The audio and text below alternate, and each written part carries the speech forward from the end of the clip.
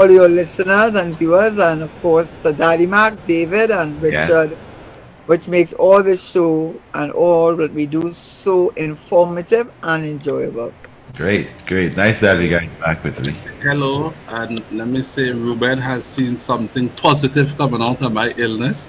He asked me to get sick again because it caused me to reach early today.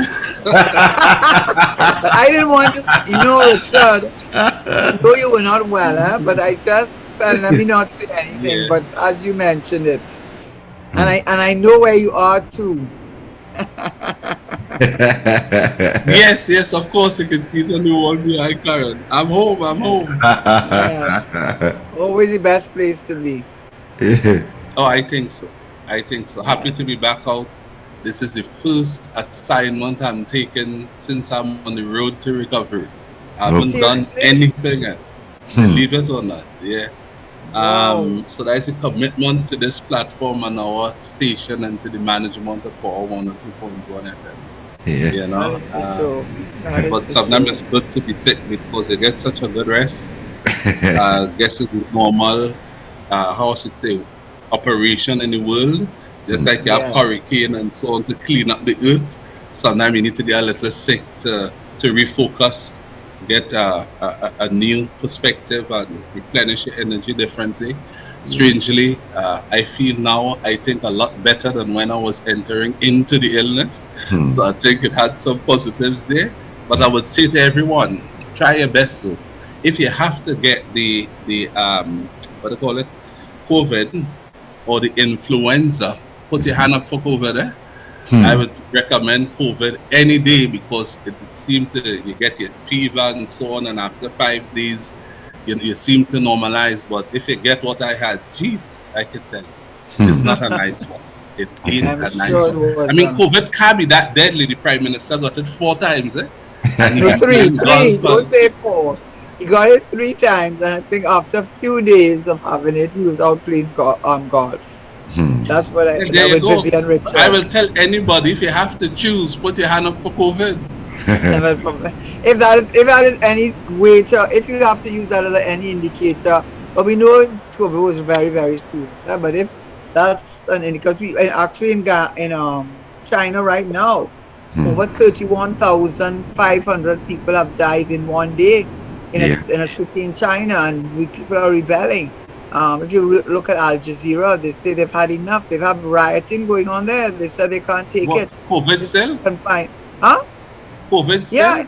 yeah, Yeah. What? How many died in one day? 31,500. But I don't want it. But at 31,500,000 comes to mind. I'm always subject to being corrected. But I believe in a city that happened, and they got a complete lockdown in the city, and the people were rebelling. They said they could not take it anymore, and they showed you an old man talking, and he said, if in other words, he almost saying if they want to lock him up, they'll have to lock him up because he is not staying in his house. Hmm. I see. I Wow. see. So Yeah, yeah, I could rioting understand going that the on. lockdown is quite painful, and Hmm. the existence of the deadly virus is very much present, and it's right there waiting to strike anybody who opens themselves up to it and invite it inside. So it is still very deadly. I mean, 30 something thousand people in Imagine. one, Yeah, although no. that number is Did I very kill small for them, China. or did they get it? But 31,500 was the number for a town in China, for a city in China, Hmm. or town in China, and they locked them down.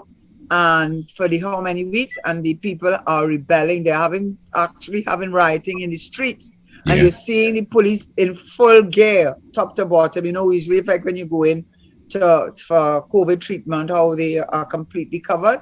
So they're completely covered. That is, I suppose, that's the police, and it's coming to a rise. I don't know what's happening as we speak now, but that was certainly the case of only 2 3 days ago. I didn't follow it after that.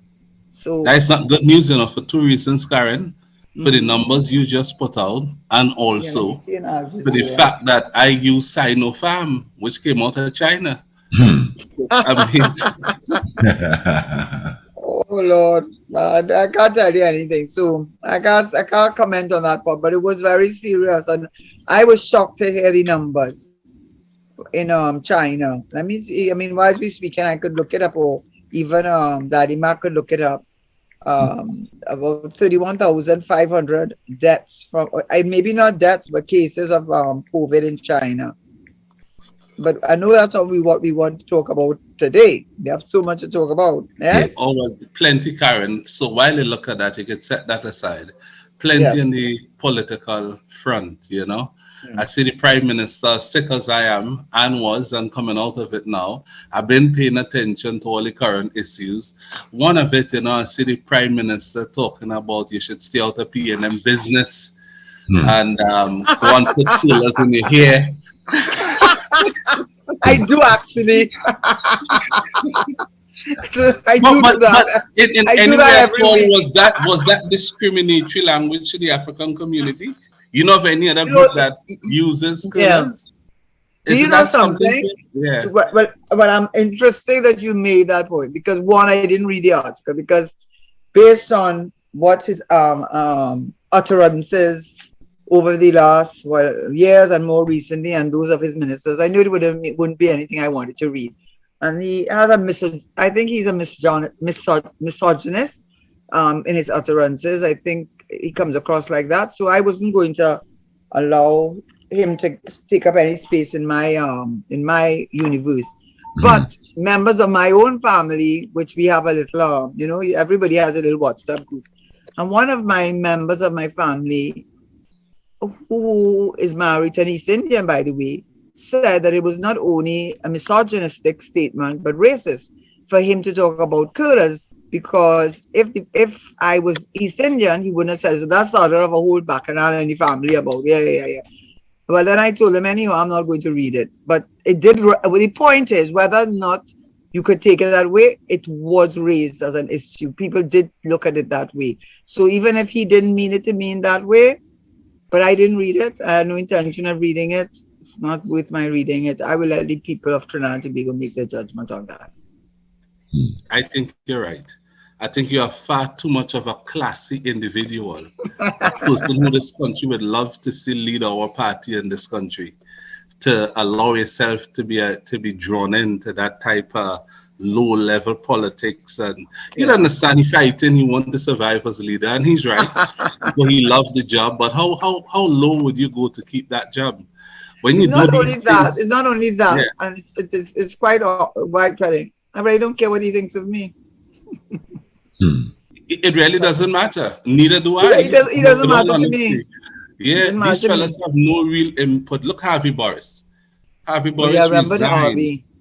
Harvey Boris resigned from the General Council, citing that in my interpretation, the leadership currently of the party and the executive, they have no compassion to what African people are going through in this country. And he was given an assignment to do certain things, and they never came out, they never backed him, they ignore the African community, they treat the African community with disdain and scant courtesy, as they say. And he felt it was too much. And knowing that since slavery and the call for reparation and so many people calling for it around the world and getting other groups getting their portion, to have a government such as this, and they're not even paying it, a 5% of importance in terms of the list of talking points in the General Council. He felt he had enough. And the best way to show his connection with the African group in this society was to resign from General Council on that basis. And I want to say to Harvey Boris, it's always important to take a stand for anything that you believe is worth taking a stand for. And as it relates to the plight of the African people over the centuries, I believe it was a very good position to take, to highlight that somebody, just like you come on this program, Karen, and fight for Africans and every other group, fairness and balance. Sometimes you really had to put a stop to something and to believe, even in this internal elections, the people whom the Prime Minister is relying on to help him become re-elected, those people are the same African people, It's the same African people that have caused Harvey Boris to resign from the General Council because he rejects the treatment that is meted out to the African people by this current executive led by Dr.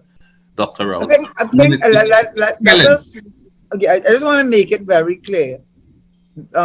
Because I want to make this very clear.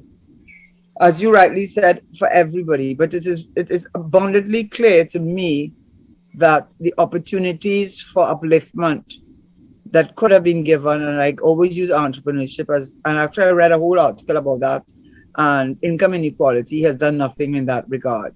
And the person, and you know what also I have found out too, and I won't, I mean, I know you are very, so I won't say anything about your family, but I was just taken aback with the accomplishments of your children.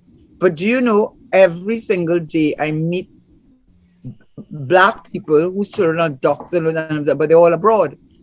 And in fact, I had a friend of mine who worked in the port, and she said to me, you know, you would look at those secretaries or the men who would be working on the, I don't know the word they use, you know, the guys who lift all the heavy lifting and all that. Said every one of them had their children educated.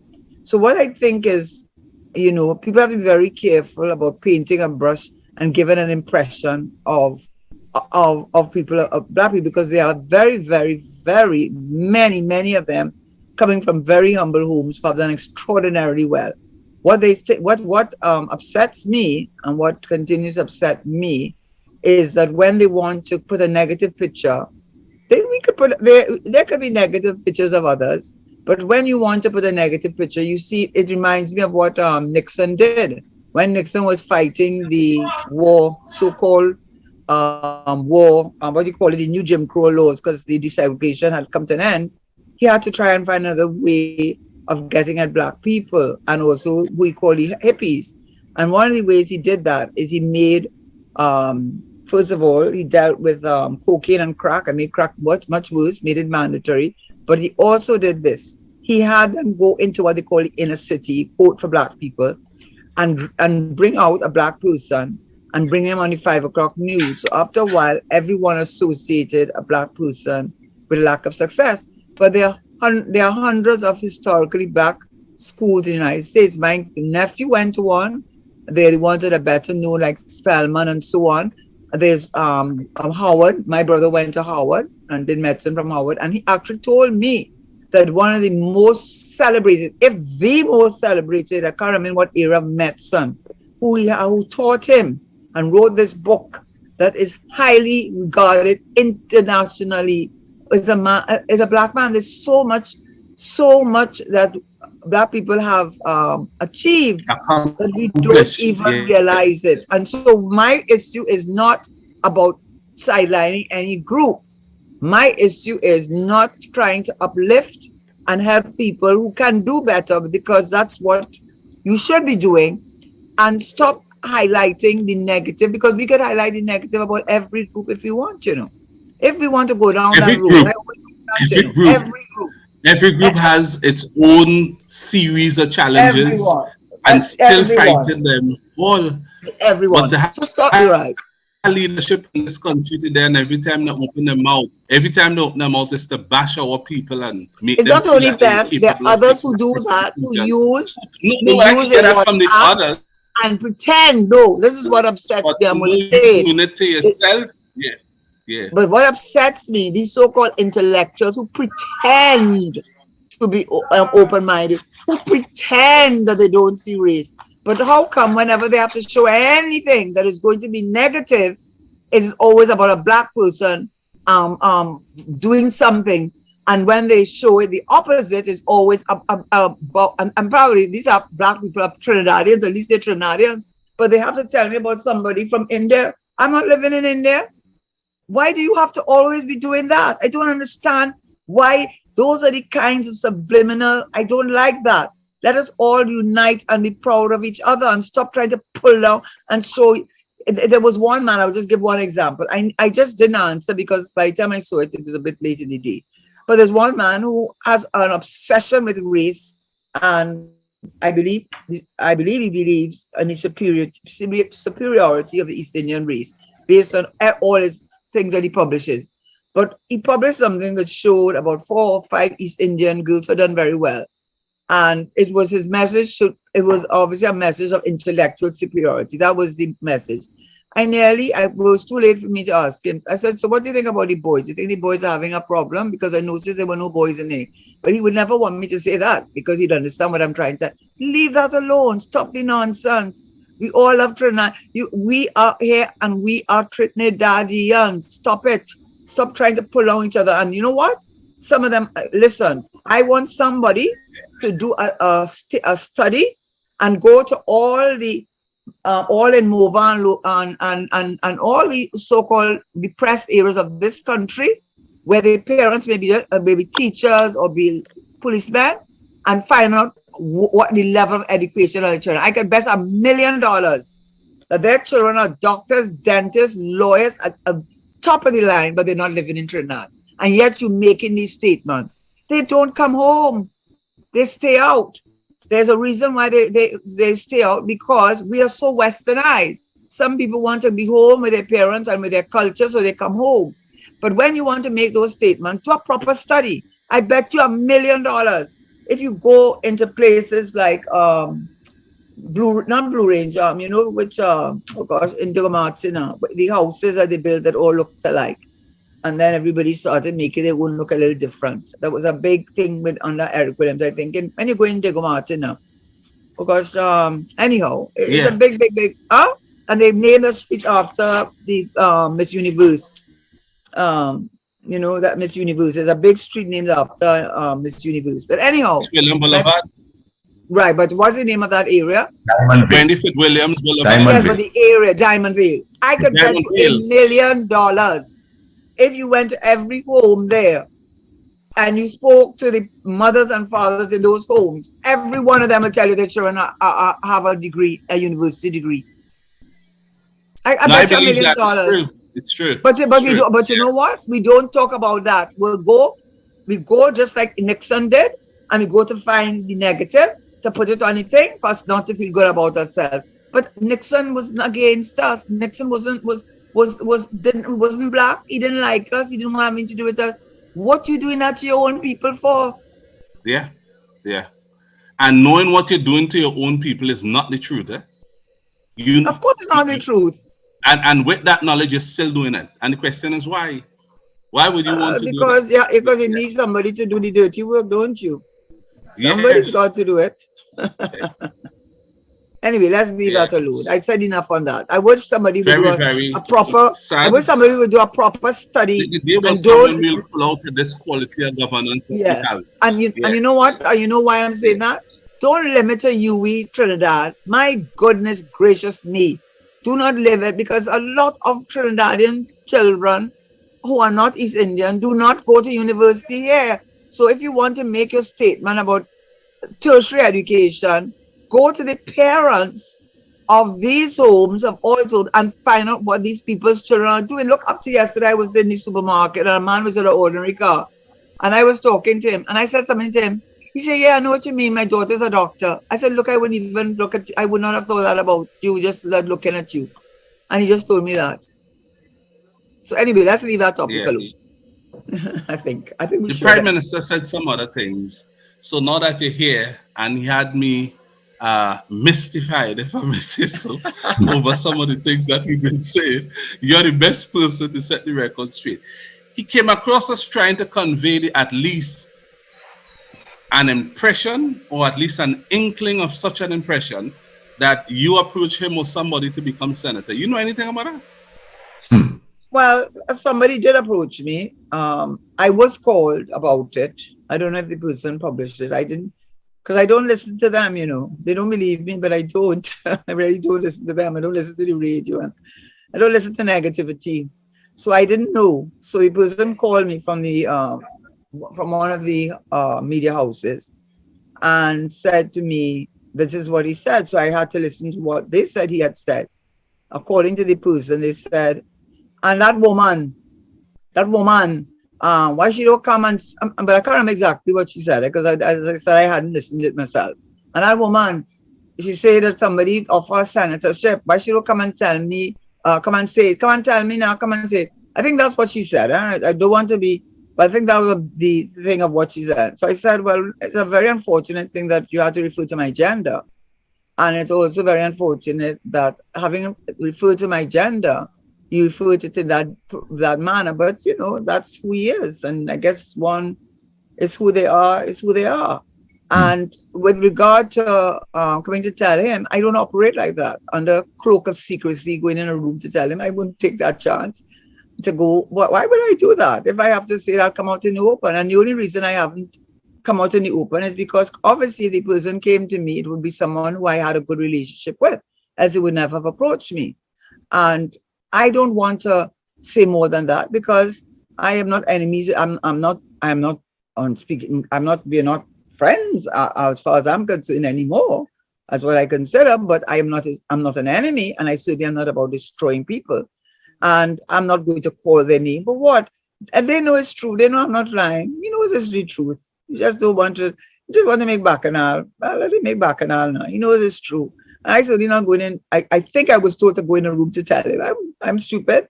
He said that's how they operate, under cloak of secrecy. That's the problem with the government. No transparency, no accountability. And they follow that in how they run the country, and they follow that how they run the party. So I'm not going to be part of that. But I can assure you, I was approached, and I'm not going to go in a room to tell him that. It's the truth. I just won't say who it is. And I'm sure people will believe me. I wouldn't make that up. Oh boy. Karen, I want to tell you, you did the right thing, and you also did the right thing by going into no room with anyone. Let me tell you something. I want to tell you something. I don't know. I mean, I think that's what they said. Eh? That's a bait. And the reason it has not been said about me to this date, based on the positions I've taken and so on, ministers have called me repeatedly between 2015 and now. You know what they've asked me to do? Yeah. To go and meet with the Prime Minister. The Prime Minister want to see me, including the late Franklin Khan. I met with them no less than 5 times. And he called me to ask me to go and meet the Prime Minister. And I said, for what? I said, the Prime Minister is the most important fellow in this country. He declared himself the number 1 salesman of this country. Well, he has to be. No, well, yeah. So if he wants to say, I said, let me tell you something. And sell tickets. I told Frankie, I will never impose myself to go and interrupt such an important man to this country to ask him if he wants to see me. I say, you telling me here, and I said, this is the 5th time you call me to tell me that. You telling me go and see the Prime Minister. I said, I'm going to tell you something. If the Prime Minister wants to see me, I'll drop whatever I'm doing because he's that important. And I'll go and see him. But if he wants to see me, not myself, but as if he wants to see me, I told Frankie. I said, so let me set the record straight. Here what you will not get, Frankie. You calling me all the time to tell me what you are telling me. You must know who you're talking to. I say, okay, you will never ever get Richard Noray taking it from you or any other minister and going to see the Prime Minister without the Prime Minister wanting to see me. He's an important person. If he wants to see me, all he has to do is signal and I'll go and see him. I have no problem with that. And he's the Prime Minister of Trinidad and Tobago. I'll go.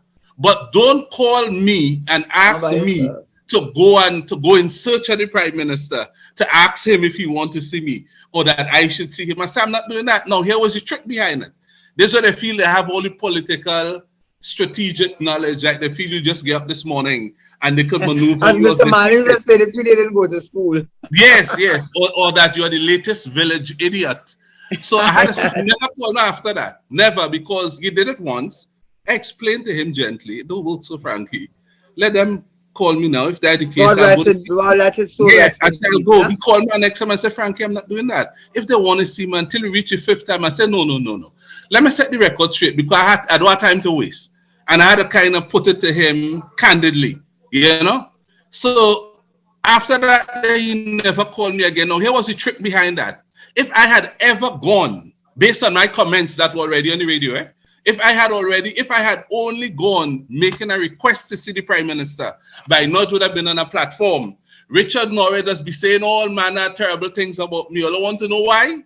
Because he make an interview to see me, and because I couldn't see him, he all over the radio saying all manner of terrible things about me. I know though, I've seen it happen before, you know. I've seen people crafted that strategy in my presence and put it out and destroy people. I said, look, they're coming to try to do me the same foolishness.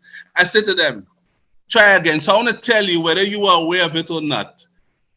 you did the best thing you could have done for yourself.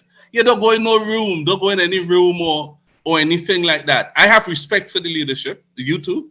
And if he had asked me, I'd have gone to see him out of respect and the office he holds and the leader of our party. Make no bones about that. But don't come and tell me to go and look to see the prime minister. I know that game.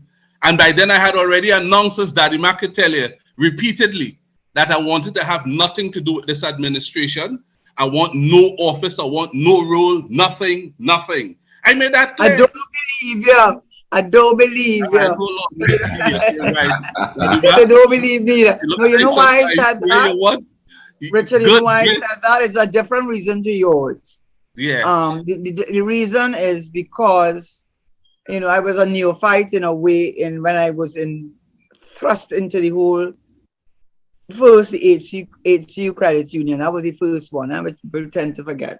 But I was thrust into that and then followed with Kiko and Financial. And one of the criticism, the only criticism actually, which is why Kamna had nothing else to say, because she couldn't find anything that they said bad about me. And it wasn't really bad about me, but what she did say, and then I kind of understood it better. She said, the chairman did say that it is unfortunate that the meeting that was taken with Harry Noray, that no notes of that meeting were taken. And I learned a lesson from that. Because I realized why, they didn't come and say to me, but then I realized why every time I had to meet with anyone, I would always come, there would always be a permanent secretary with me. They would never let me meet with anyone without a permanent secretary. And I understood what they were doing now. I understood it better then, that it was a form of protection. And then my then PS should have taken notes, and he didn't take notes, but then I didn't understand the process that well as I understand it now. So like when we did that with CL Financial and they weren't taking notes, I said, start taking notes, please. And so for me, the reason why I wouldn't do it is because I don't want to put myself in a situation of he say, she say. And I don't want to do that. I learned from being government that you should never find yourself in a situation where you don't have an objective third party to confirm the nature of the conversation. So that's why I wouldn't do it. And whatever informed the decision not to do it, and that sounds like quite a good reason as well. You took the best decision. If he asked that, because I didn't listen, I don't listen. Yeah. And I think that's what I was told. So no, you are running for leadership. You don't need to hear them. You run for leadership, run your own race, and appeal to the people of the People's National Movement. It's an internal election. Do that and see how many break in your favor, and hope the number is good enough to put you over the top. I do know from what I'm hearing on the ground, a lot of people. It's over 100,000 we are told people to vote. I can't say how much it is, but from what I'm hearing on the ground, I expect a sizable number of people to break in your favor. And that's what had them uneasy, because you come across as this highly educated professional. They don't see you as poor, and that you could stand in Clearly, I understand. They love us to be desperate, Clearly, I understand. They love us to be desperate, so they feel like yes, you just I must, in your house. I'm sorry to say it. And tell you, hey, it's true, yeah, a way to do this, and they hold it with their hand and say, do this or else. So. And then you outside doing it. I did what I did for the party, and I'll continue to do it because I chose to do so. What you see me doing for our party, don't feel you have me doing that. I chose to do that for the people of our country because I believe in our party's philosophy. But here the next silly thing. On the platform saying about trying to convey the impression that you couldn't ask him to be senator because no way he would accept you as senator. Let me say this. Let's leave him alone now. How come he spend too much time on him? If you or I wanted to be senator any day and you offer yourself to serve your country, what make you feel like you wanted to become a senator? Let us say me. Let us assume I wanted to be senator to be senator next to him. I want to be a senator to make a contribution to the people of Trinidad and Tobago, and they need the platform to get there to do so. It's not to be on the team with him or to be close to him. In fact, he's the biggest reason that will make anybody not want to become a senator in this country. You understand what I'm saying? That's why it was so easy for me to say I want to have nothing to do with this administration. And the reason I say that is because of him. I reject You know why though? You know why too? You know do why this too? government because of him. When we were on the boat, let me tell you people of Trinidad and Tobago, a buying Wow, fight yes. here. A buying That fight before here. that few days When he he was was sick. suffering, Well, boy, resurrection. when he was suffering politically, nobody wanted to be on any boat with him. Daddy Mac. When he was selling Yeah. tickets and there's only 9 people on the boat, Richard Noray was on But the he boat with him. sold $50 million worth of tickets. I'm telling the Roman Catholic Church, of which I belong, or any NGO, that they need to hire him because he has the magic touch. I have never ever heard of any raffle raising what I'm saying to you, because I think at least they haven't done the, I know my husband and I built 2 houses, and I know that the real cost is not on the structures when you start doing the tiling, the finishing, which about almost brings up the cost by at least another half. So I don't even know what it would end up being, but whatever it is, it's going to be a darn lot. And I want to say he has a magic touch to be able to raise that kind of money from selling raffle tickets. And I think he's in the wrong job, or I think he should offer his services to those NGOs. I think the Catholic Church will be happy to have him. I think or anybody happy to have him, because he has the magic touch in selling millions of dollars of worth of raffles. I mean, I'm sure he should go in the Guinness Book of Records for that. So let me add again, Karen. Yeah, you want the boat. You want the boat. No, yeah, I want to say this. When on the boat are going back to just a highlight, to accentuate where he came from and where my hand assisted him. When he was on the boat and only getting 9 people, and every Monday morning they're calling me as a branch manager in Mega Insurance to buy ticket to go down in the back of my creep to help him, because then he fighting Patrick Manning. And I buy ticket for my whole branch. And then I go on the boat. If we went 9 times, I was there 9 times. You see the people around him now? They were nowhere there, you know. Tell him, ask him who was on the boat with him when Patrick Manning was opening up the Hyatt. And we were on the boat. And he told them, pull the boat in front of the Hyatt, pull the boat in front of the Hyatt. And then he there lying down on the hull and peeping up at the side. Asking where Richard Noray was. And asking the people around him now where they were. So when I decided I walking away, I did so because it was the correct thing to do. After that, he was to give a birthday something, a Christmas thing with people. This lady who died, who was the welfare officer of the party, I forgot. Yeah, I know you're talking about. Right. Bunny. But she is like well known. I know who you. Yeah, she's well known. She died. Yeah, so she sad. And we me. always say, God rest in peace, huh? Yeah, yes, indeed. She too died. She contacted me. She sent a whole group of people to Mega for me. I show up in Balizier house. You know, she tell me, what? The PNM is sad, is in a sad situation to not have as many people as your good self who doing reasonably well. And then she showed me a room outside, a small room in the back of Balizier house. She said the leader tomorrow has to present gifts to children, hampers, and she said, look at the table. Look at everything. Nothing. Nobody supporting her. Nothing. I say, so how you make, what you going to do because the leader can't go out there and have no hampers? She said, that's what I call it. You know? I thought he raised millions of dollars to put up, yeah, what people to hear. The whole section that she had cordoned off to hold hampers, let me tell you, it was bare, as you know, they eat tamarind and they reach down to the tamarind seed, nothing on the seed. It was as bare as a tamarind seed. I said, so when you have nothing, Mr. Noray. You know what I did, Karen? What? I left there and I went to Hilo and I went to Massey, Nestle, right?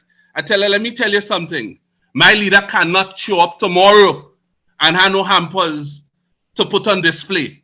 I said, I am coming back here. I told her, I said, I'm coming back here today. And when I return, your hamper situation will be solved. She said, really? I said, yes. We were in opposition then, yeah. Oh, okay. I said, sure. When I come back, your hamper problem will be solved. I went and I carried 5 people who working with many branches, not in politics, eh? And I bought one set of things up there. I spent about $12,000 there. Wow. Then I went down to Massey on Tragarit Road. And I spent, the total came up to $27,500. Wow. I put all in a van, people of Trinidad and Tobago, to show commitment to party. And I go back in there with hampers, the van loaded, I tell you, the body of the van almost dragging on the ground, a panel van. You understand? I say, open it up. I say, your hamper problems, they have now been solved. When she see it, she said she never saw a hamper so big. You know what I mean? They took one hamper and reticulated it into 4 and created 4 small hampers. When they're done, they had over almost 200 hampers, you know. From what they did. Can I tell you something? Yeah. Don't spend any more time on him. No, so I'm just showing. I'm just showing the commitment and how I backed him to in 2015. Nobody's going to say he no longer enjoys that support because of what he has done to our people in this country. I didn't support him to do that to our people in this country. And if he gets away now, he will not get away when it means more to him. And so I want to commend the people of Tobago for saying they know someone who is not interested in them when they see such a person. And therefore they know how to react to such a person too. And I want to say to the people of Trinidad and Tobago, and today I want to sing Lord Harvey Morris and say, go to the head of the class, my brother. I want to say to him and to the people of Trinidad and Tobago, I expect that same reaction towards him in Trinidad too. No way you're going and you put out your time and everything is the party I'm supporting. And after you get all of that, the worst thing you can talk about in this country and ever open your mouth is the people of African descent. I say, let me tell you something. Take your government, take yourself and your foolish talk and put it where the monkey puts the nuts. You taught me about that. You taught me about that. You know where the monkey does put the nuts? I say, take your policy and your administration and go there and stop annoying the people of Trinidad and Tobago. I love when you say that. Lord, that I have some energy in my body to recover today. Because it ain't done there. It ain't done there. I love to hear you. When you say annoying is like, you know, mosquito. Yes. But let's go. Can we talk about the issues which I really don't want us not to speak about? Obviously, was I think we had spoken about that, which was the whole polling process and the polling cards and all of what, and especially I want to talk about the polling procedure. I think that needs to be articulated, because it goes to what you're saying about, you know, it's what we're really sad about, and what I am sad about, and what I think you are sad about is that it's just like you're using them, because after you use them, you just throw them away. What are they worth? Just a CPAP job or your job? It's nothing. You probably go and drink a glass of champagne that's worth their salary. You know, it's just not right. But anyway, that's what we remember. I think we need to talk about that, because I think it's important as December the 4th Karen, comes could I just around. say one of our flaws as a people? Yes. And he knows it well. One of our flaws as a people, African, is that sometimes we hold on for long periods of time to insignificant issues. The amount of time we apply to things, we apply time to things that really don't matter. As opposed to for example, to have Africans become genuine participants in the economic activity of the country. That's important. But you know, mainly the Africans wouldn't stand up and unite to make sure. Because they don't have self-esteem. That's it. And they come across as being incapable. But you know, some of them, if they hear, go and put colors in your hair, you know, for weeks they talk like that. And so that's why I say we hold on to insignificant, and he knows that about our people well enough. And I want to help educate our people to look past that kind of stupid talk and hold on to what you should hold on to. Let's not talk about it then. No, we're talking about it. And that's why I admire Yaxma as an example. I just gave the most recent one. When you look at the people at Tobago, they have so much to admire about them. So much. I call on the people of Trinidad and Tobago with everything within you, dig deep as deeply as you can, to emulate what they have done. Accept the leadership that the people of Tobago have provided us with, because it was meaningful. It was really meaningful, and it could help you, especially the African man in Trinidad, to come out of your troubles. Stop being what they expect you to be out there. They say one thing and then you call in every program to re-express it, to regurgitate that, because you want them to hear you saying that so you can get 10 days here, and that's what I want to have you. Yeah. Stop it, folks. Yeah, but that's what we're trying to do. That's what we're trying to do. Yeah. That's what we're trying to do, to break that cycle. And once you break that cycle of self-doubt and lack of self-worth, and people start to have that confidence and see positive, it'll be a dramatic change in the mindset of people, because we produce CLR James, we produce Padmore, we produce Eric Williams, we produce some of the most brilliant minds in this country ever had. And not even politicians. I'm talking about doctors, writers, in every field. We are producing, even if you don't follow Lloyd Best, we have produced the most brilliant minds. So we've got it is that they've been beaten down. We've been said we are not worthy, and we begin to believe the narrative. So we are here to change that narrative, and it can change once people start seeing the positive and seeing the and this is why I believe in doing data collection. That is very, very, very important. And then they start seeing that all of this is, look how many families, if they really go into these Diamond Vale and Lithgow Martin and these areas, and they start talking to the parents of these children, you see how many of them have all the children highly, highly, highly educated. They're just not coming back here, and they're just not going to UE. They prefer to go up to the States and get an education and live up there. So they're not coming home anyhow. But we gave him enough. We talked enough about that, and what we want to do and what this is all about. December the 4th is about getting our people to understand that you are worth more than what they say you were. You're worth much, much, much, much, much, much more. And don't let anybody put you down, because if you do that to yourself, don't think it will get better. It will just get worse.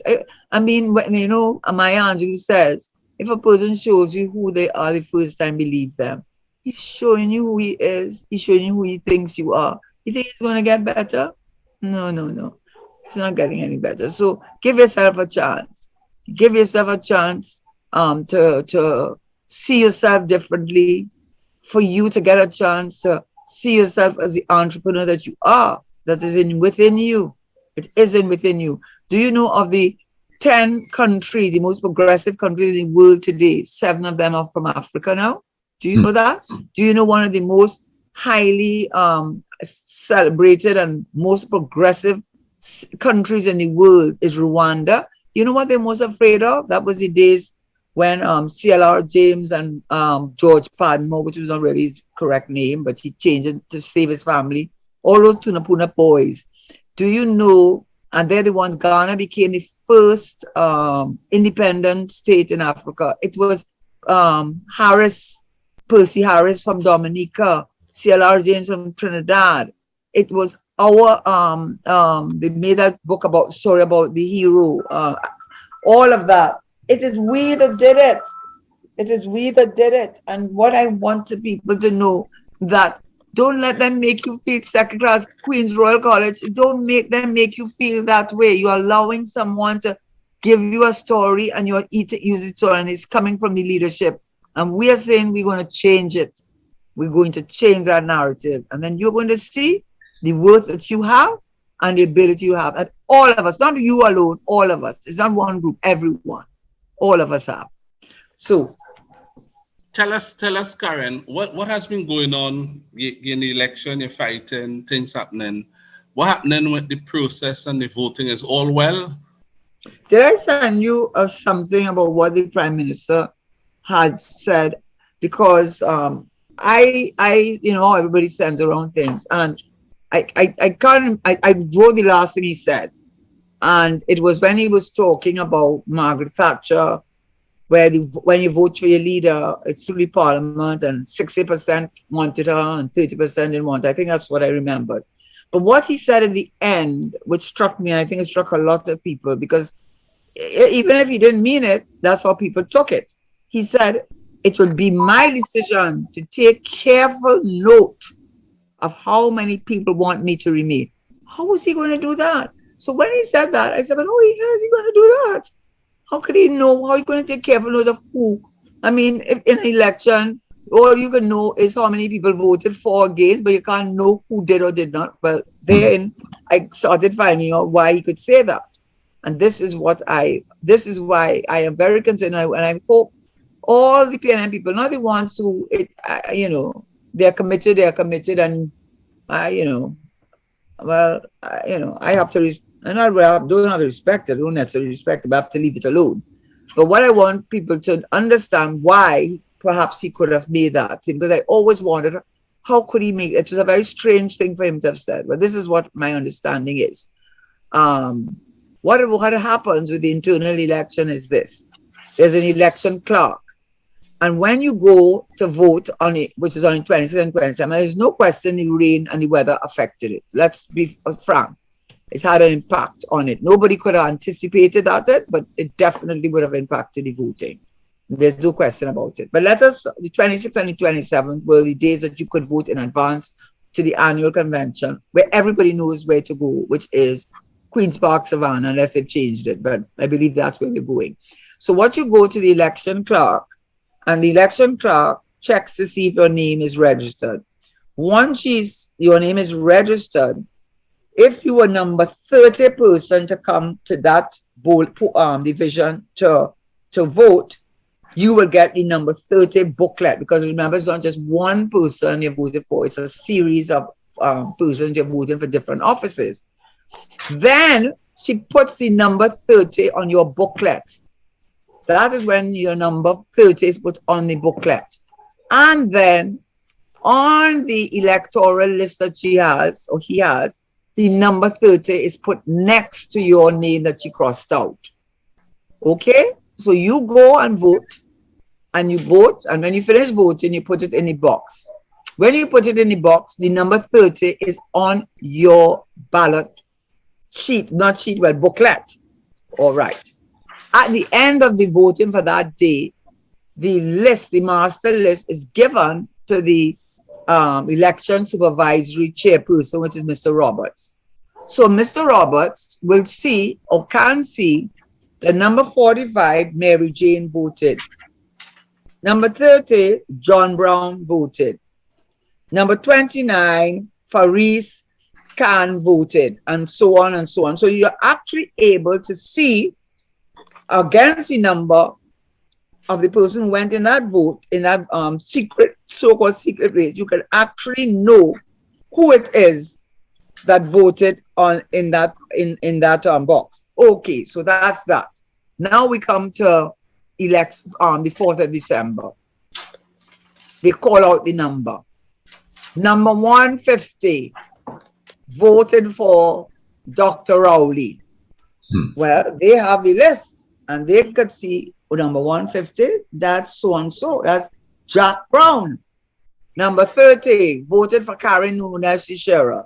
Number 30, that is John Peters, who told me he was surely voted for me, but I see now that he voted for Tesheira, because I have the master list with the number and the name next to it. So when they call out the number, I know the name of the person against that number. You have made a complete mockery of the democracy. That's not democracy. Because not only that, there's no secrecy, there's no anything. And that's why the Prime Minister could say, no, the point is this. That's why he could give that veiled threat. Because what he's saying is, you might lie to me and tell me, no, I ain't voted for Tesheira. But he will know that when they call out number 150, he will know when they say 150 Karen Nunez Tesheira, he will know that you did not vote for him. And you see that CPEP contract you wanted? You see that URP contract you wanted? You see that job you wanted?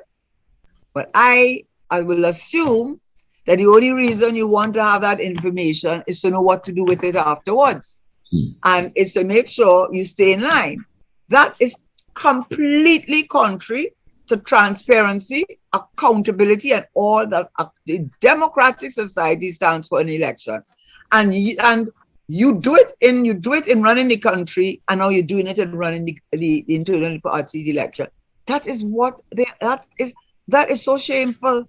And not only that, you had to have sat down and figured out how could we go through this pretense of doing something in giving you a secret ballot when it really is not a secret ballot. And that is what that is. And the other thing, so I think persons, my God, if that does not worry you, I just do not know what will. I don't know what will. So there goes the polling process that they know 150 when they call a number, they know who you are. So, and that's a way of keeping you in track. So that if you tell him that you're going to vote for him, but when they call 150 and they see on the list that 150 is John Brown, and when they call 150 and that vote went for Karen Tesheira and not for him, he will know that you did not vote for him. And I may pay the consequences of that, because I don't know why you want to do that. The only reason you want to know that is you want to act on it. That's the only reason. So then the case you're making out there is that this process lacks integrity and honesty. How about the word honesty? Well, honesty goes. I know that, but integrity, yes. Yeah. So it lacks integrity. Yes. So which means when you feel you can go in and vote and have your right to vote for whomever you want to and keep that to yourself, that is not the case. Once you done vote, at the stage where they put your name and they put it on the ballot, that part with putting it on the ballot is wrong if you are number 30. So they put it on the ballot, but don't put it on the ballot. They put it on the ballot sheet because you came in as number 30. Yeah, I know that, but you're not supposed to go on the ballot sheet. The agent's supposed to take up that and say number 30 was Noray, but in the box you can't tell which ballot was Noray's ballot. Right, but on the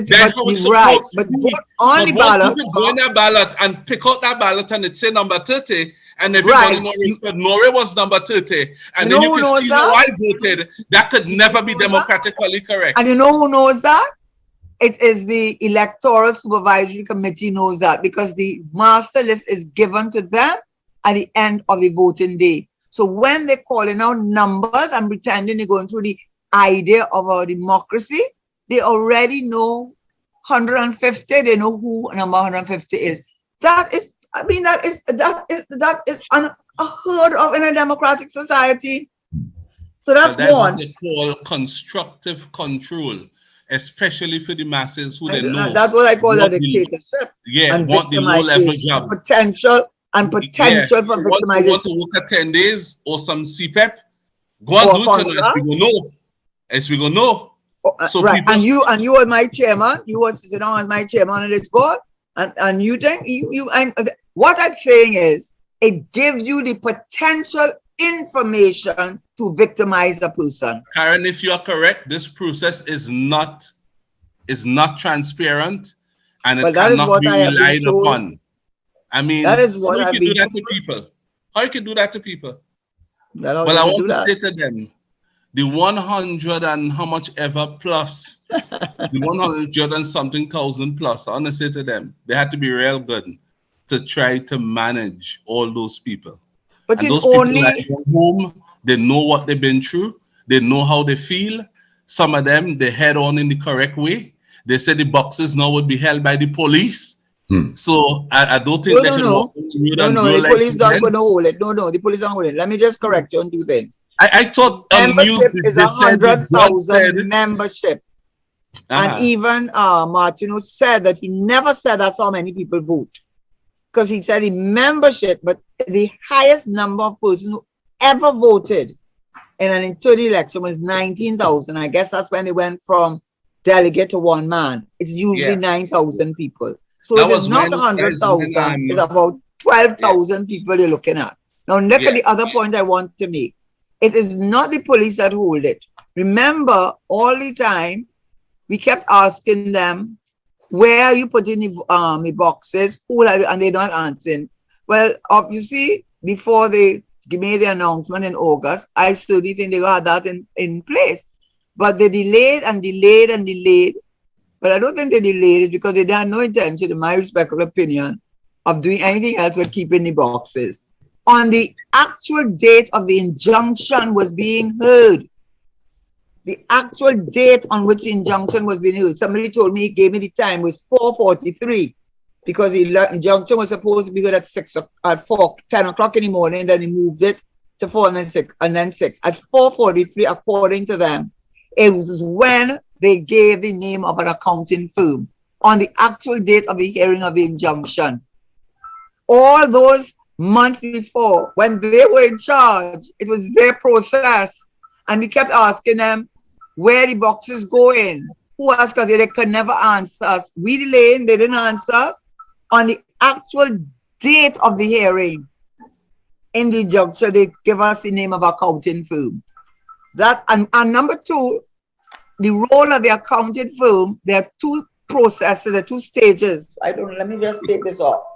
And it's a person I would want to speak to, but I if really you cannot right be now. transparent, But not only are there two stages in this whole sealing process, my understanding is at the first stage, when they take all the boxes and seal them, the police, the scrutineers, everybody's there to see them seal it. So it's sealed, it's not counted, but it's sealed in front of everybody. Police is put in the police diary, all is done, and all is done in accordance with it. Nothing counted.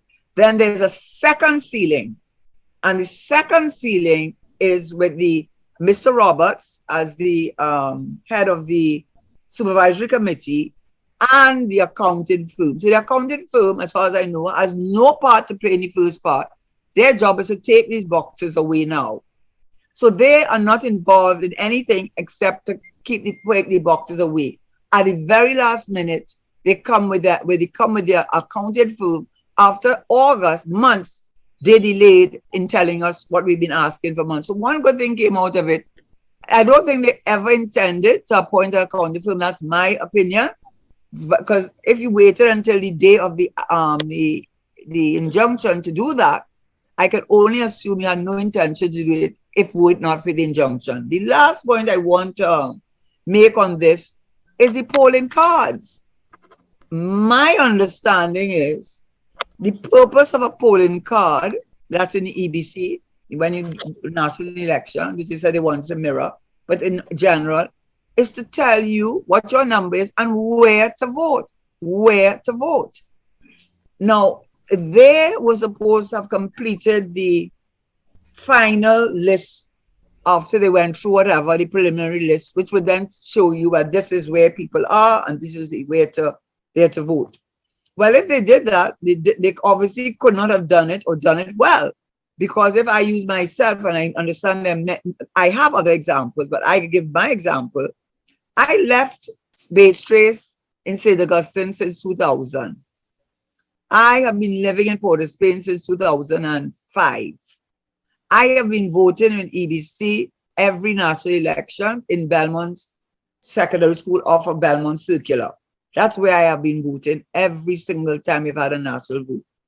And if you had updated your list, you certainly would not have me in Bates Trace. So one, you did not update the list. You could not have, because you could not, that's 22 years ago. So you couldn't have updated the list. But more importantly, I would not have known where to vote, because you never sent out these polling cards that you said you were going to send out. So where are the polling cards? Where are the cards? You are the one that took it upon yourself to say that you were going to do it at 41 constituencies and give us the cards so that we know where to vote. Where are the cards? I never got one. And if I had gotten one, it would have had inaccurate information, because I do not live in the East for the last 22 years of my life.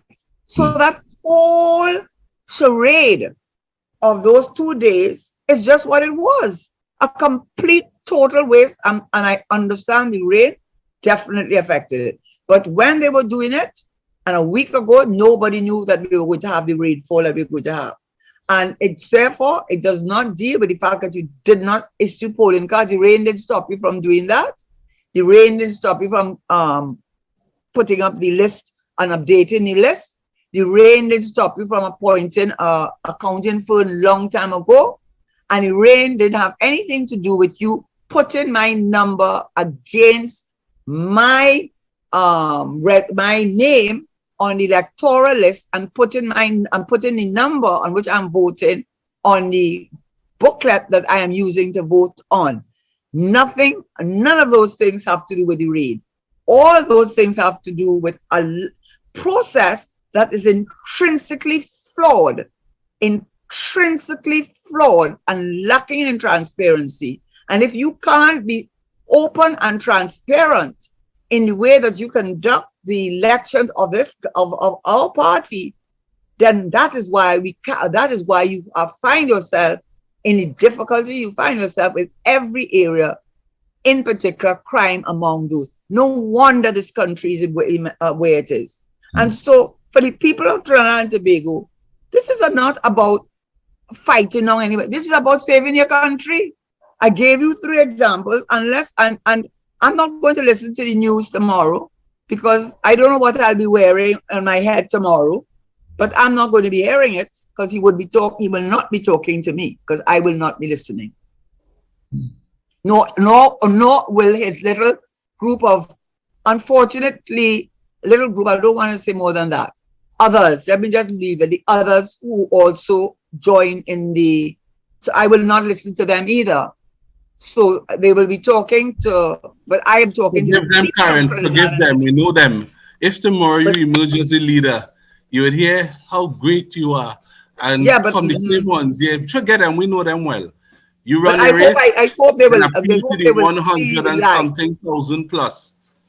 I hope they will see the light and understand this is not personal. This is trying to educate you, let you see what is being done right under your eyes. So I do my best. I said my best, and I won't be reading the papers or listening to anything that they have to say because it will never be good. It's not their style, and it will be personal, which is not my style either.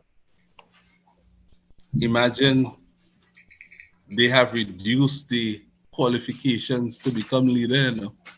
Yeah. To run for leader, the PNM, here what you hear now. Well, you had to have purchased a ticket to help build Balize House. That should be a requirement. You know, because they're saying you want to be leader, but you didn't purchase a ticket.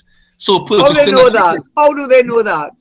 Because I just want to know. No, I don't want. How do they know you didn't purchase one?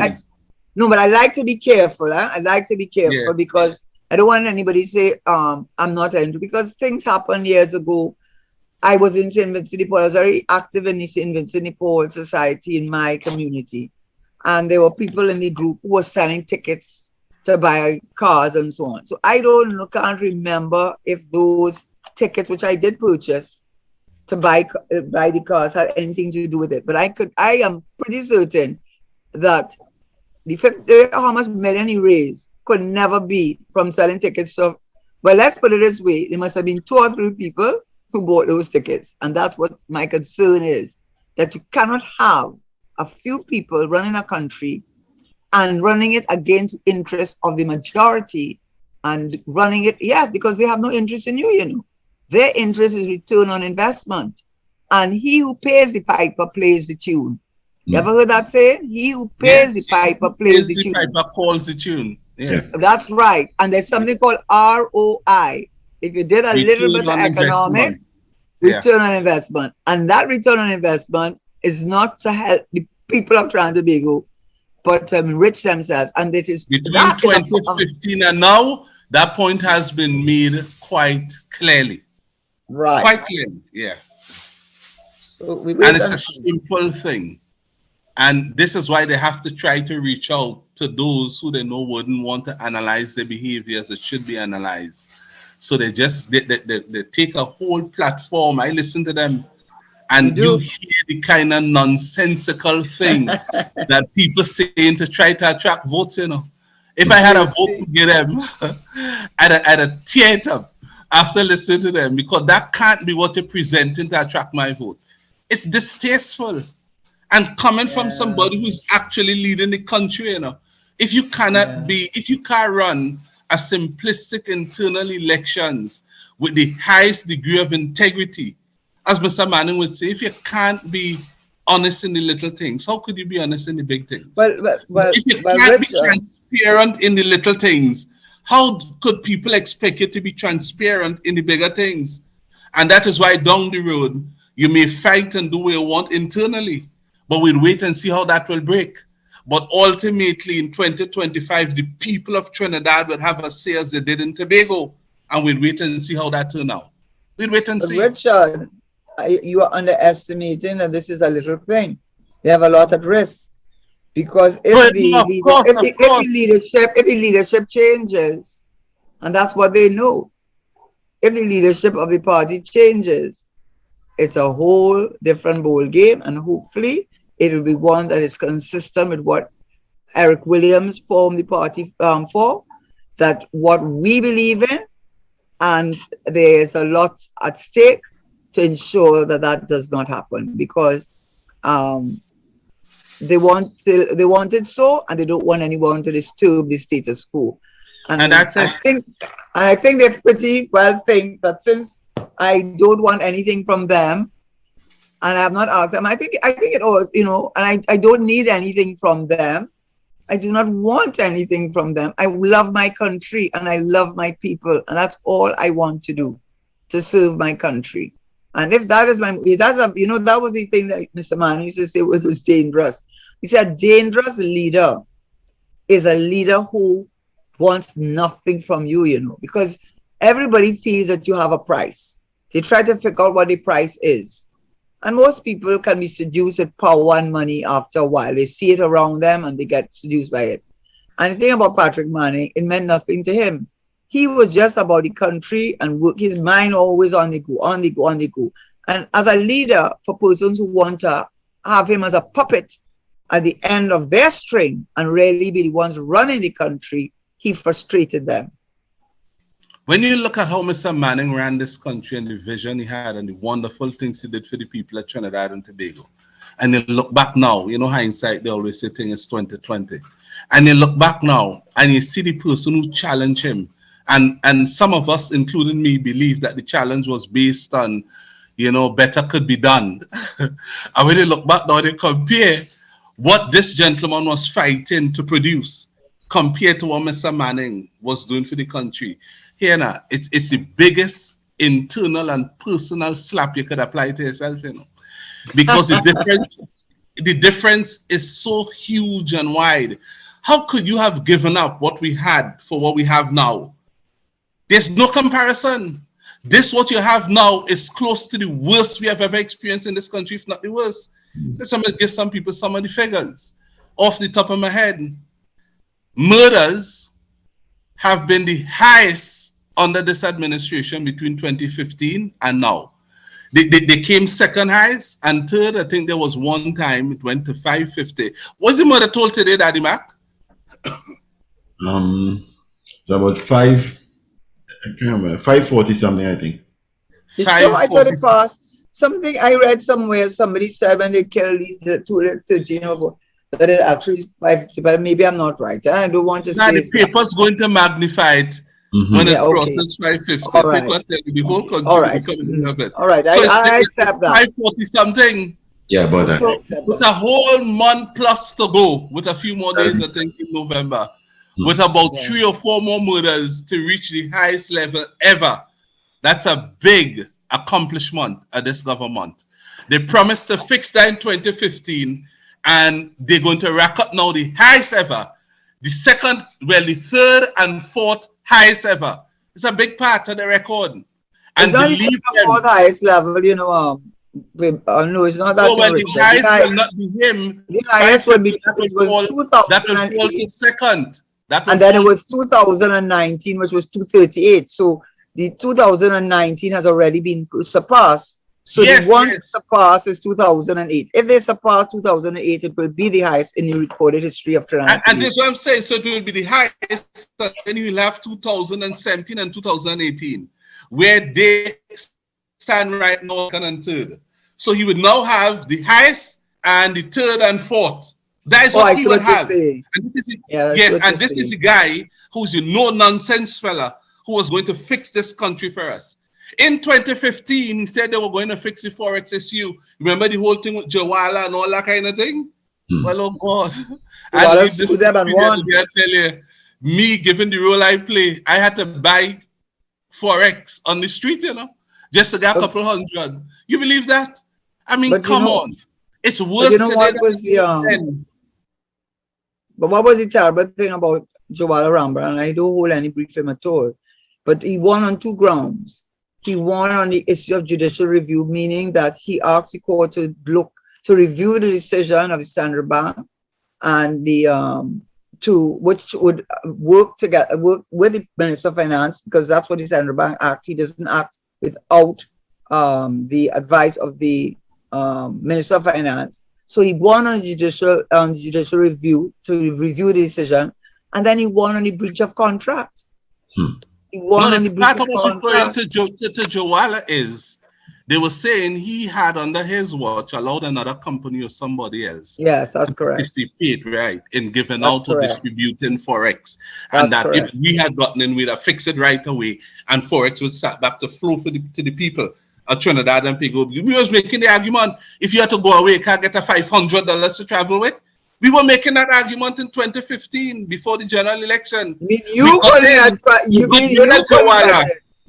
That's You you're couldn't right. get it. I couldn't get it, yeah. But that's I the couldn't argument. get it. I Yeah, couldn't get that's my the poor little argument. daughter used to go up and down, I Karen, won't name the name of the bank. my Up and down son like a was fool studying trying to in get money. RCSI in Ireland, and I had to get Forex for him from time to time to send for him, right? Yes. And I was looking forward to being able to access Forex in a way that I could send for my son. So they got rid of Who is a Joanna. national scholar and a medical doctor of the highest order. You don't want to boast up, but I boast up for him. And his he daughter is graduated from also in medical RCSI school. with The first Royal class College honors. of Yes. Royal College of what? He did it. Royal College of Surgeons, Ireland. And he was a national scholar. National Yes. Open Scholarship winner, yeah. Right, Yes. but you see, people, of course, we don't talk, and you don't, and then your daughter is in finally in medical school in Jamaica now. Yeah, That's right how now, that's how we rule. That's Yeah. how we rule. But you see, some people, we don't talk about it. As a parent, you have a duty of care to producing, the best situations and outcome for your children. And you guide them through the processes, and you do all that you have to do that is required, understand the requirement, and then seek to fulfill it to make sure that they could move forward without a stride being broken. And they have been doing well. This is why our family operate under God, not under man. Nobody who out there on platform talking about who need curlers or who don't need and You like the curlers talking? Yes, I use curlers. You know the man said the other day, Karen, I had to touch on this, so they had to forgive me. You know the guy said, I had to tell you, I happen done as my favorite comedian in a number of ways. I have to tell her that I was a big comedian. Because I hear you talking, I just show up, I say, I'm going to get, I like to laugh. No, I like to laugh. You know, the other day he was telling the country, right? He tell the country, you can talk on the platform, And I say, hey, forward to Dr. Rowley, national comedian. Yeah, what he said now? Crime in this country is because of, and with aggression, is because of bad parenting. You remember that? Yes, could you imagine? You remember? Bad parenting. And I could tell all it. It's because of parents who have dropped the ball and this and that, making all kind of gesticulations. He's so passionate. He realized that didn't take traction. A week or so, the man take the platform, you tell them, the reason crime is so high in this country and murders are out of control is simply because families are harboring criminals. Yeah. Dr. Keith Rowley for your money. Oh my goodness. I'm going to tell all you, next week when he takes the platform, you're going to tell all you, the neighbors. What? The neighbors. They know the families who harbor. Next week is the neighbors, Next week is the neighbors. Yeah. I'm telling you, he continues to take the platform and explain away the reasons why he's a failure. What he has all the resources to solve the same problems he's complaining about. And instead of using the resources to protect the people of Trinidad and Tobago, you come every Monday morning to give us a different reason why crime out of control as though it had nothing to do with you. Oh my dear me, I send people of Trinidad and Tobago. We are not telling you all to go fire, you know. Look, Karen is here. Can I say something on this or that Let thing me with the all we need in the PNM. We're not saying yes, put the just PNM be out a of good power leader. enough. All we saying in the PNM is give Karen a chance. Let's give somebody. We ain't saying put the PNM out. All we saying give somebody else in the PNM a chance to lead. And Karen has made herself available. She has put herself out. Let's try something else. 7 years again, the same story from different angles, different dimensions, all kind of thing. Like this gentleman that's lie down and think about how could I re-express the same thing and make it sound different. But you know it's insulting. That's all it get. It's insulting. But can I just say on that point? Yeah. And this is why he won't do that. If, as I think I said it already, if you want to say it's bad parenting, everybody knows. Well, first of all, a long time they asked you to start the National Statistical Institute. So you get data because you can't manage it without data. You know that you're president of a very well-known credit union. So you know that you are going to be driven with data and nobody's going to come and give you. You have to be, as you can't manage. Yeah. So the first thing as a responsible thing, because you see what you're doing, when you say that, everybody knows that is code to say that the Afro-Trinidadian parents in the urban areas are the cause of it because their mother and father are not in the house. So what you should do, if that, to be able to say that, because I told you I started doing it, I did a very neat assessment on a short thing. You need to go first. This is how to go by region. So let us go, and any regions that you put in one group will be the rural regions, all the rural regions of Ghana. You have to determine what is a rural region by the percentage of people living there, commercial activities. So you could say Toko, you could even say most of Tobago, except the city, Scarborough. But the most of, you can definitely identify the areas in Trinidad that would qualify as rural.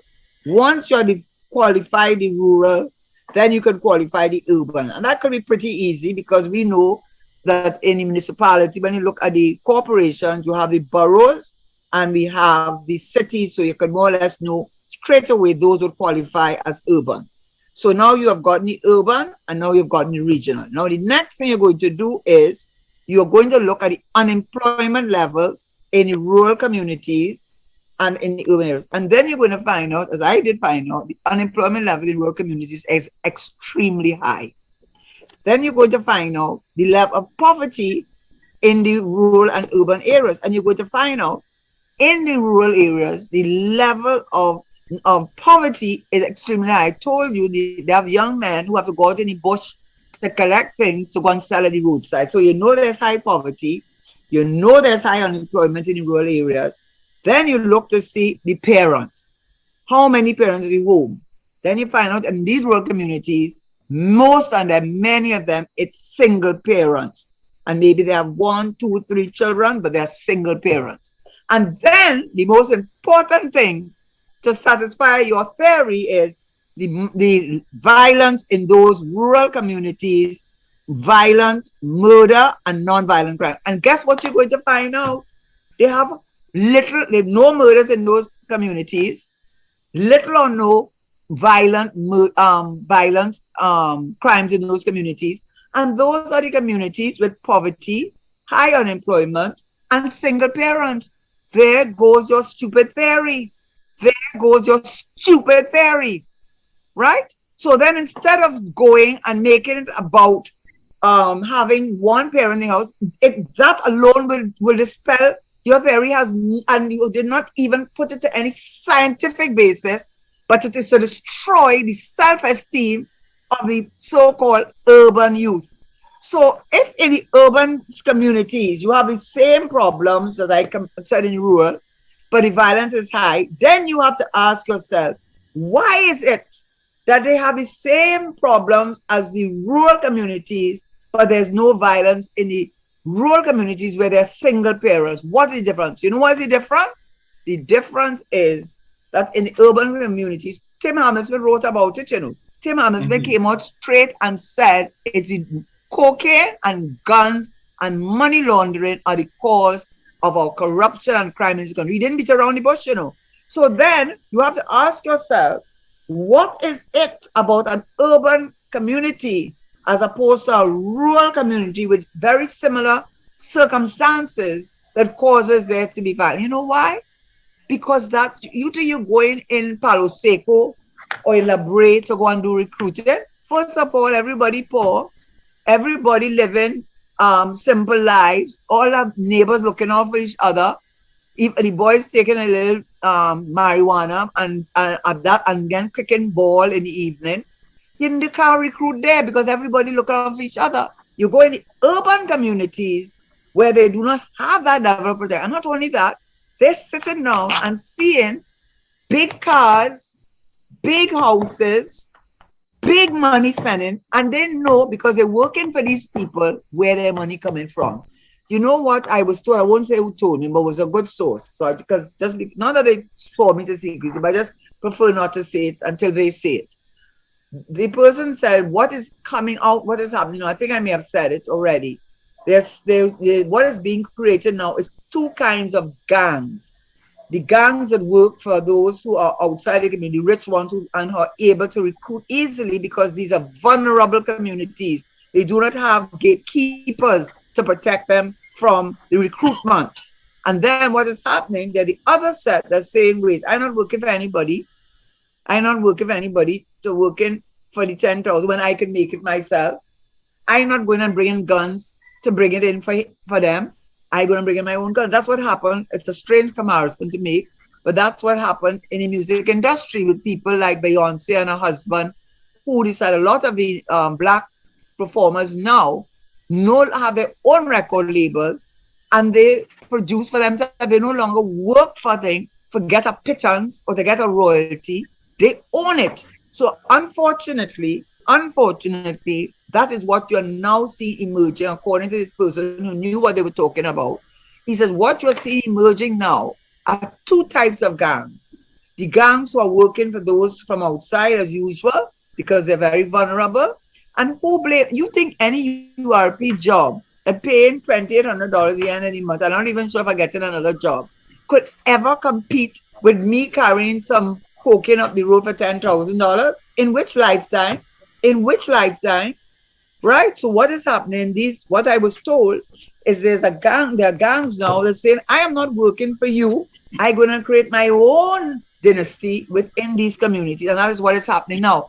And the unfortunate thing that is happening now, you see Trinidadians, we paying a price, Karma is something else, When we sat down there and said, that's not our problem, they're killing out each other. And in their heart of hearts, they don't really want to come out and say it, but they're really saying it, God, let them go. But they don't understand when you kill one, another one will come, and another one will come. But guess what happened? They're moving out of their communities. I live just from where I live, if I come out the gated area that I am, and I walk down, not even 100 feet, I live near to the place that they went in the middle of the day with guns, the place for the chateau, whatever, for the old people's home with guns. And a very, what I will call upper, is next to where the Prime Minister lives, in an upper class thing, and they went there just a week or 2 weeks ago with guns and held them out. Our former Chief Justice Michael Labasi, his wife, she was attacked. So you know what they're going to learn now? What a lot of countries learn when they put their head in the sand and say it's not my problem. It could be your problem just now, because they're going to move out of these communities and they're going to come right in your communities, and all of a sudden you're going to start crying and bawling. What is going on? But you chose to ignore it in a way. Because it didn't affect you personally. But it's going to come a time when it's going to go more and more, and by the time you realize it, too late shall be the cry. That's what I have to say about that. Yeah, I was making a point, and thanks for your contribution, quite meaningful, Karen. But I was still making a point why, the leadership has been very poor for this country. Very poor. So I started off by talking about the Forex. Remember that? It's worse today than it was in 2015. You have just gotten your point across clearly. What some of the more how to say, important reason, or the core reasons, if I could say so, for crime and murder in this country, and never hear the politicians touching that. Tim Hammersmith did it, though. And you Timothy have to ask Hammersmith came yourself, out straight and said yeah, it. right, He said why it the was politicians cocaine and the wouldn't, guns and money laundering. why the government wouldn't go to Parliament and table that openly and stand big in the Parliament and say, this Mr. is the Manning problem. used to. Mr. Mr. Manning Manning used used to. to, he brought in With Martin OPVs Joseph. and with Martin Joseph, the Green Man, and he backed it up by it. He brought in Augusta Westland choppers. He put the chopper system on the foreshore to give the OPVs and the interceptors quick response to intercept these vessels that he told us about, the catamarans coming in here doing over 100 miles an hour, and as they hit our waters, they switch off, and all they see is just like a shadow bouncing coming into the country, you know, undetected by radar and so on. Mr. What about the Manning knew CCTVs? What about CCTVs? all of that, the radar that he put up around to work and all those. Mr. Manning was committed to fighting this thing, and up to this day, 2015 to now, this government can't get it working. And They can't get the CCTVs to work. They can't get nothing to work. All them cameras up, nothing, all his money spending. Ask them. Revenue Authority, they can't get it to work. Nothing working. And we must sit down and say, I endorse that leadership with my vote. Not me. I know better. I know when I see wolf in sheep clothing, you know. No wolf in go bite me, you know. Attires, no sheep, you know. I get crazy. When a wolf tells you I am a wolf, as you said earlier on, believe them, you know. I don't care what kind Richard, of sheep. before we forget, the Heritage and Stabilization Fund has lost by 21% its value in the last 2 years or so. Look at that. It was in the papers today. 21%. 5.7 billion TT dollars. And the Minister of Finance used to boast that he could take it out, and by the next few months, it went right back up. Why you don't boast that the Heritage and Stabilization Fund has lost in the last few months, last year, I don't have the article in front of me, but in a short space of time, has lost the equivalent of $5.7 billion worth in a matter of a few months. The last 2 quarters, because they do it by the quarter. Why you don't talk about that? They didn't even know that windfall, or they didn't want the people to know it. It took Richard Quest to tell Minister Sobers, you'll have a windfall. What are you all doing with all that money? Couldn't even say no. He said, well, we have bills. My dear me. Then we said we have bills to pay, which means he confirmed. But he just took on another loan with CAF, 100 something million US. And wait, by the way, all those fiscal deficits that we have been accumulating since 2015, 2016, when you have to, how are you financing the deficit? The difference between revenue and expenditure is with debt. We took on, the central bank published that the debt that we have taken on in the last few months because of trying to finance, the last few years, financing the fiscal deficit has increased. I don't want to get it wrong, but I don't think I'll be wrong to say at least by 35%. This year is the only year that didn't happen. Everything they're doing. And I'll have to talk about Proman, because I read in the papers, like government working with Proman, but Proman, listen to me, I want the country to hear me. Nobody wants me to say this, but I have to say it because something is not right. Something is amiss. Take it from me, and the papers are not talking about it. When I was a witness in the Proman matter 2 years ago with Devendra Rampersad, and they brought it, CL Financial and Clico, because they're under the central bank, not under the government, under the central bank, under Section 44D, against Proman, Barbados, and Trinidad. And they won the case, and Devendra Rampersad said that the 46 million, I think it was, that they paid US, that Dupre paid, was given for selling 51% majority shareholding in Proman.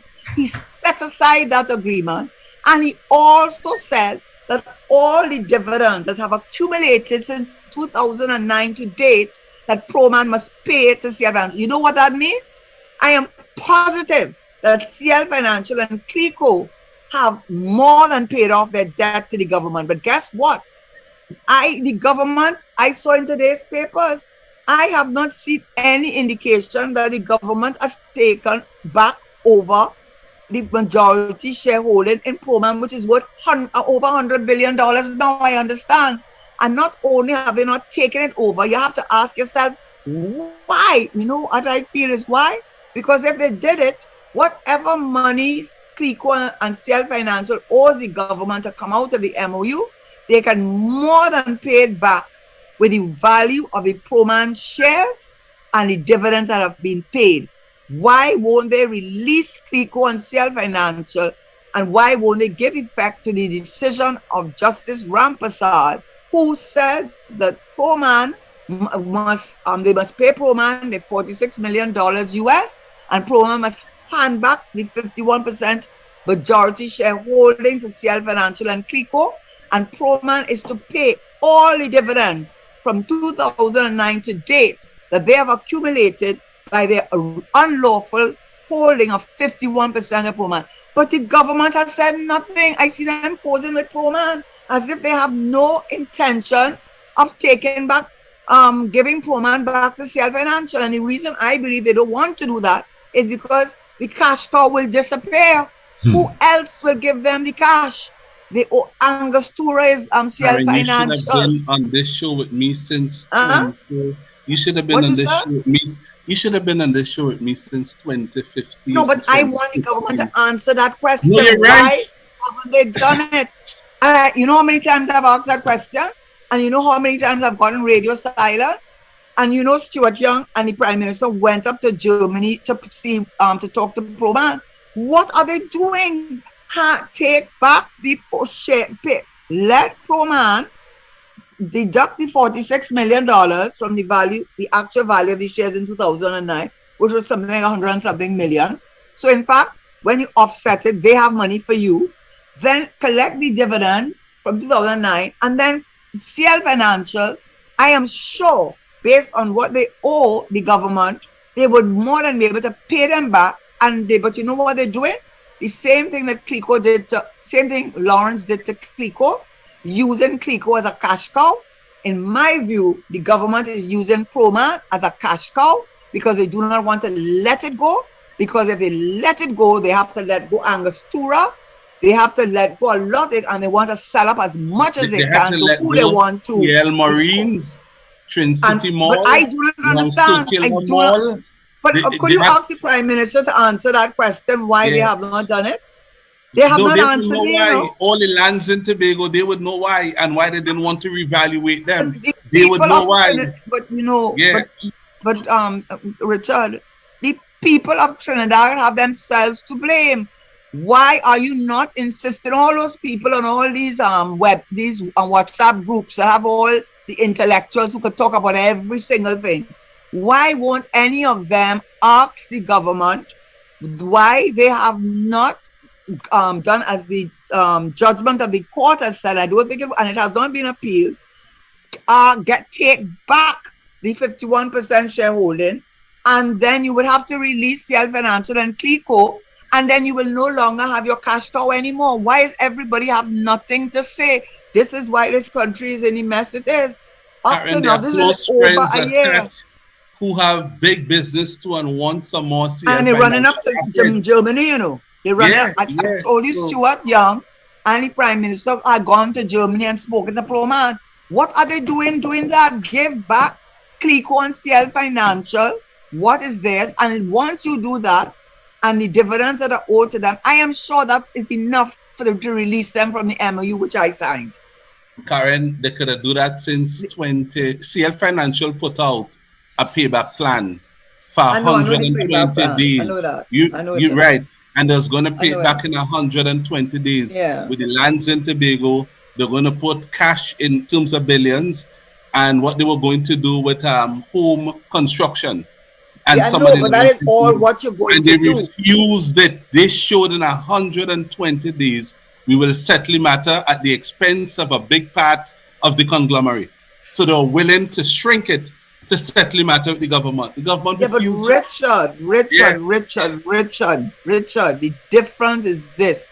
We going to. I Yeah, am talking about a case where you can prove that the yeah. shares were under the thing, and Proman is $100 billion industry. Give back CL Financial and Clico in accordance with the judgment of the court. Give them back their majority shareholding, and the day you do that, I bet you they have to let go CL and Clico from and all that NIF, everything. Everything else, all Remember that the they old have to Republic release. Bank. They have Not only that, the They have to give Republic up all Bank. that. But you see, it's power. It's power too. No, but They it's want to be able more to than say we that. control all that. They control the board. They have a hand in it throughout. You don't. It's not just that. It's not I just know it's not power. There's just that. something more than I that. am There's adding something to more it than too. It's that. more than that. But it's only so far you and I can go on the platform. True. You understand? Yeah. And Republic Bank is 51% owned by Clio. Why won't you give back the people their thing? That was what the MOU said. I signed it. It said that if once they pay back the government what they owe, I am sure whatever Proman is worth and whatever the dividends are worth, it must be hundreds of millions of dollars. So it's not I'm going to do this and I'm going to do that.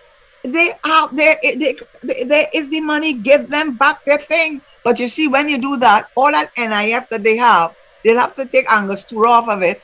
They'll have to take Republic Bank off of it, because no longer will they own that anymore under the central bank. But it will go right back to CL Financial. Why won't they do the right thing? And you all still want those people running your country? God, my God.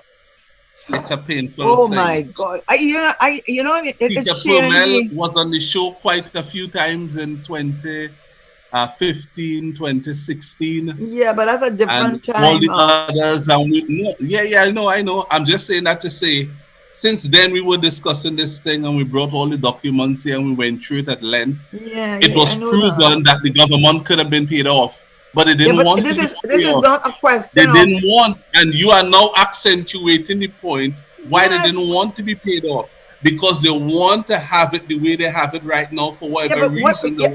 Yes, but it's beyond that, Richard. What I'm trying to say is that they have a judgment of the court telling them to do it. And okay, where's the enforceability of that? Yeah. Huh? Where's the judgment of the court? Judgment, yeah. Go and read it. It's a judgment of the court that said I'll call Peter Proman tomorrow. Yeah. And all the other players. I'll call them tomorrow to find out why they're not taking action the Prime Minister to enforce that judgment. Ask Mr. Stuart Young why they are not complying with the order of the Devendra Rampersad to offset the 46 million, which is a great undervalue of the shares, and which Mr. Dupree had no right to sell Clico's 14% because he was only holding it as trustee and he did not own it. So 37 and 14 made a 51 between Clico and CL Financial. You have an order of the court saying the 46 million offset the 46 million that was paid or underpayment by Lawrence Dupree, and give the real value and give CL Financial what they really, and then pay them the dividend. It's not only to pay them for what you didn't pay them correctly, but the dividends from 2009 to now. Now, that's a lot of money.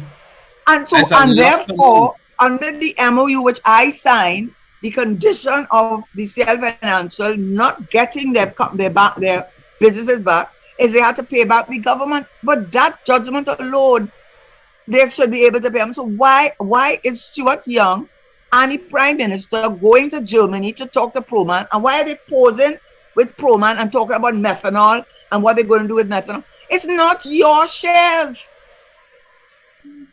Yeah. I know we have just about 3 more minutes to go. Okay, I talk enough on it, and I wish you could get an answer. I will do that. And you know what, Richard, I want to say, I really feel strongly about it. You know why I feel strongly about it? Because if you want to know something that is symbolic of the level of distrust of this government and the lack of transparency of this government and the lack of you not being able to put your, just as how with what we talked about earlier, if you want to see anything that to me because I was involved as a witness. I wasn't somebody looking in from the outside. I was a witness in the matter. And to see that this is still going on, I say something is really wrong with this country, and that we could accept that and not be willing to change it. I can't. Karen, one way or another, the truth will come out. They could cover, they could run, but as the great late Valley said, you could run, but you can't hide. Right? Wait and see if it all come out. You know, I was going to ask you something in the last 2 minutes that we have 2 minutes. We have 2 minutes. Yeah, ask you. Yeah, ask me. Yeah. Where I get my clueless you from? when you get vexed, your voice just come a bit more firm and husky. It a song even more appealing, you know. You song like a rabbit song brightly there, you know. Ask me.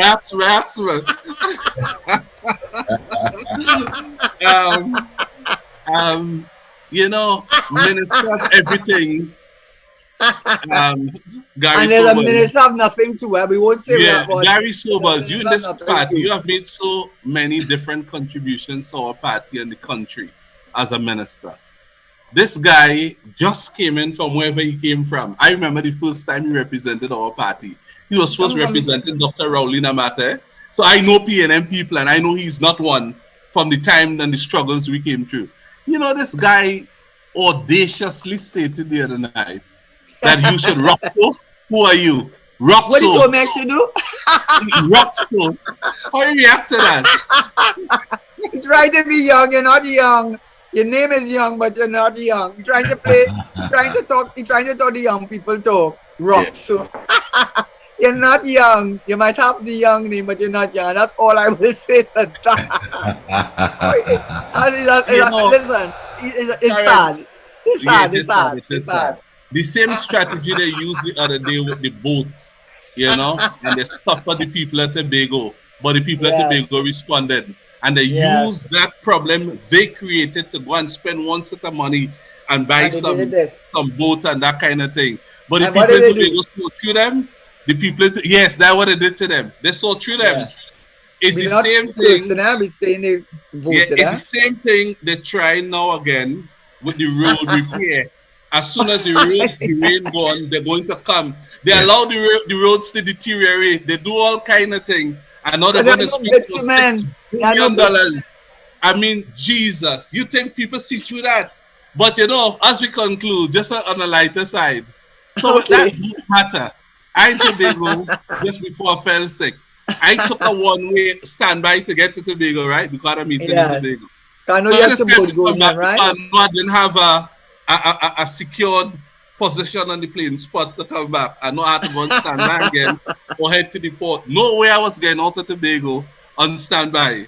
So I said, me and two other colleagues, lieutenants in the business that we operate with the credit union and so on. Yeah. I said, call the port, see if we could get on one of those vessels. Once we get on, we go. I clean forget how the galleon passage in operation, you know. They call. The only boat you can get to come down today is the galleon passage. You know, one of my colleagues started from it. In the airport, you know. In the airport, the man jumped on. I said, I had to share that. I said, you didn't even go down on the galleon passage. He said, going down, coming back up on that boat is the same. Trinidad and Tobago, oh my dear me. Here at 6 o'clock, last one. Marky T, we didn't talk today, but that's okay. It was wonderful as usual. And I hope you enjoy the show. And I want to leave you with Proman. Please investigate Proman for me. And as a concluding note on that vomiting, we didn't leave again. We ended up staying for 2 days before we got flight to come back. And the over 1 minute, Yeah. It's 6:01, you won't get me in trouble. I gone. All right. Bye. Next week, continue your hard work. Take it easy. Daddy Mac, get home safely. I know down by you flooded out. Yes. But try to take off early and listen to the news. And the whole of Trinidad, our empathy and sympathy for what you're going through. Okay. Yeah. Thank you so much, Karen. Thank you, Richard. Okay. Bye-bye. Enjoy Take your care. Bye-bye. Take it easy. Right. Bye-bye. Get news straight at the top. Right. Power 102 Digital. Streaming 24/7 on power102fm.com and on the Power 102 Digital app.